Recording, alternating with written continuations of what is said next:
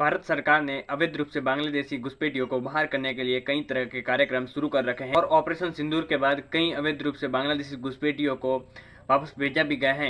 और अब तो भारत सरकार अमेरिकी मॉडल को अपना रही है। तो अमेरिका में कुछ समय पहले जो वहाँ के अवैध रूप से घुसपैठिए थे उनको अमेरिकी सरकार ने पहले तो पकड़ा एक जगह और हाथों में हथकड़ी लगाकर बस में भरकर एयरपोर्ट पर ले जाएगा। एयरपोर्ट पर ले जाने के बाद उन्हें विमान में बिठाकर जहाँ भी उनका देश आया वहाँ पर फेंक दिया, मतलब छोड़ दिया।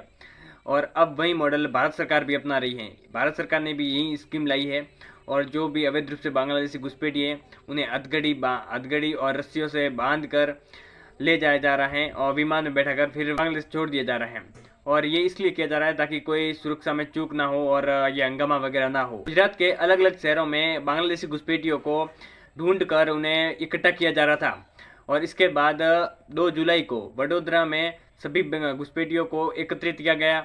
उसके बाद उनको रस्सी से बांधा गया, हाथ में हथकड़ी लगा के विशेष विमान के तहत उनको एयरपोर्ट से सीधा बांग्लादेश में यानी कि ढाका में सुरक्षित रूप से पहुंचा दिया गया, जिनमें 250 से भी अधिक घुसपैठिए थे अवैध रूप से।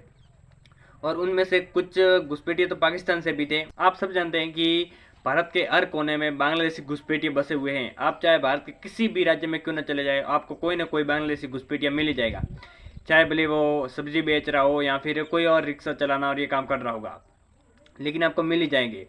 और यहाँ तक कि भारत में कई स्थान ऐसे हैं जहाँ पर उन्होंने मिनी बांग्लादेश बना रखा है।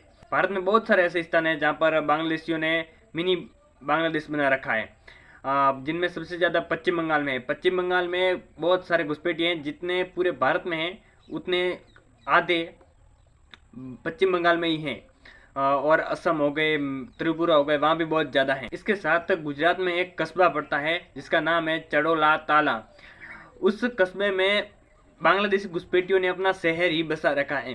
पूरे जितने भी घर है वो सारे बांग्लादेशी घुसपैठियों के पूरा अपना मिनी बांग्लादेश बना रखा है। और वहाँ अभी सरकार ने बुलडोजर चलाए और वहाँ जो भी बस्तियाँ थी उनकी सारी तोड़ दी और जो घुसपैठिए थे उनको फिर से डिपोर्ट किया बांग्लादेश में। बांग्लादेशी घुसपैठियों को भगाने के लिए जो सबसे अच्छी स्कीम है वो है त्रिपुरा वालों की। त्रिपुरा वालों की स्कीम सबसे अच्छी है। अभी कुछ समय पहले कुछ बांग्लादेशी घुसपैठिए थे, वो त्रिपुरा की सीमा के अंदर प्रवेश करने की कोशिश कर रहे थे। तो वहां पर त्रिपुरा के आदिवासी लोग खड़े थे। उन्होंने कहा कि आप भारत की सीमा के अंदर घुसने की कोशिश मत करो, वरना हम धनुष और बाण लेकर खड़े थे। तो वो उन्होंने कहा कि हम तीर मार देंगे। तो भी वो घुसपैठी नहीं माने और बोला कि तीर मार दो। ऐसे उन्होंने घुसने की कोशिश की, उन्होंने बार बार मना किया, लेकिन फिर भी वो नहीं माने। तो त्रिपुरा के आदिवासियों ने तीर छोड़ दिया और कुछ लोगों के सीने में जाकर तीर लग गया। तो त्रिपुरा वालों की ये स्कीम सबसे बढ़िया है। अब सबसे ज़्यादा जो घुसपैठिए हैं वो पश्चिम बंगाल में। तो इसके लिए पश्चिम बंगाल की सरकार पर दबाव डाला जाता है कि पश्चिम बंगाल की सरकार इन्हें संरक्षण देती है। तो पश्चिम बंगाल की सरकार का कहना है कि इसमें सारी गलती बीएसएफ की है, क्योंकि बीएसएफ सही ढंग से निगरानी नहीं कर पाती। तो ये सरासर झूठ है, क्योंकि वहाँ पर कुछ जगह ऐसे हैं जहाँ पर कुछ नालिए, पहाड़ है, पर्वत है, नदी है, तो वहाँ हर जगह तो बीएसएफ हो नहीं सकती। और कुछ लोग पश्चिम बंगाल में ऐसे हैं जो वहाँ जाली दस्तावेज बनाने का काम करते हैं और वो घुसपैठियों को लाभ भी देते हैं। और यहाँ तक कि पश्चिम बंगाल की सरकार भी उन्हें संरक्षण देती है, ये भी बात सही है।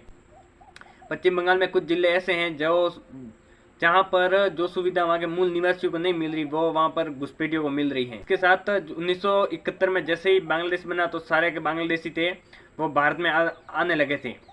उनसे पहले भी आते थे। उस समय वो फेंसिंग वगैरह नहीं थी।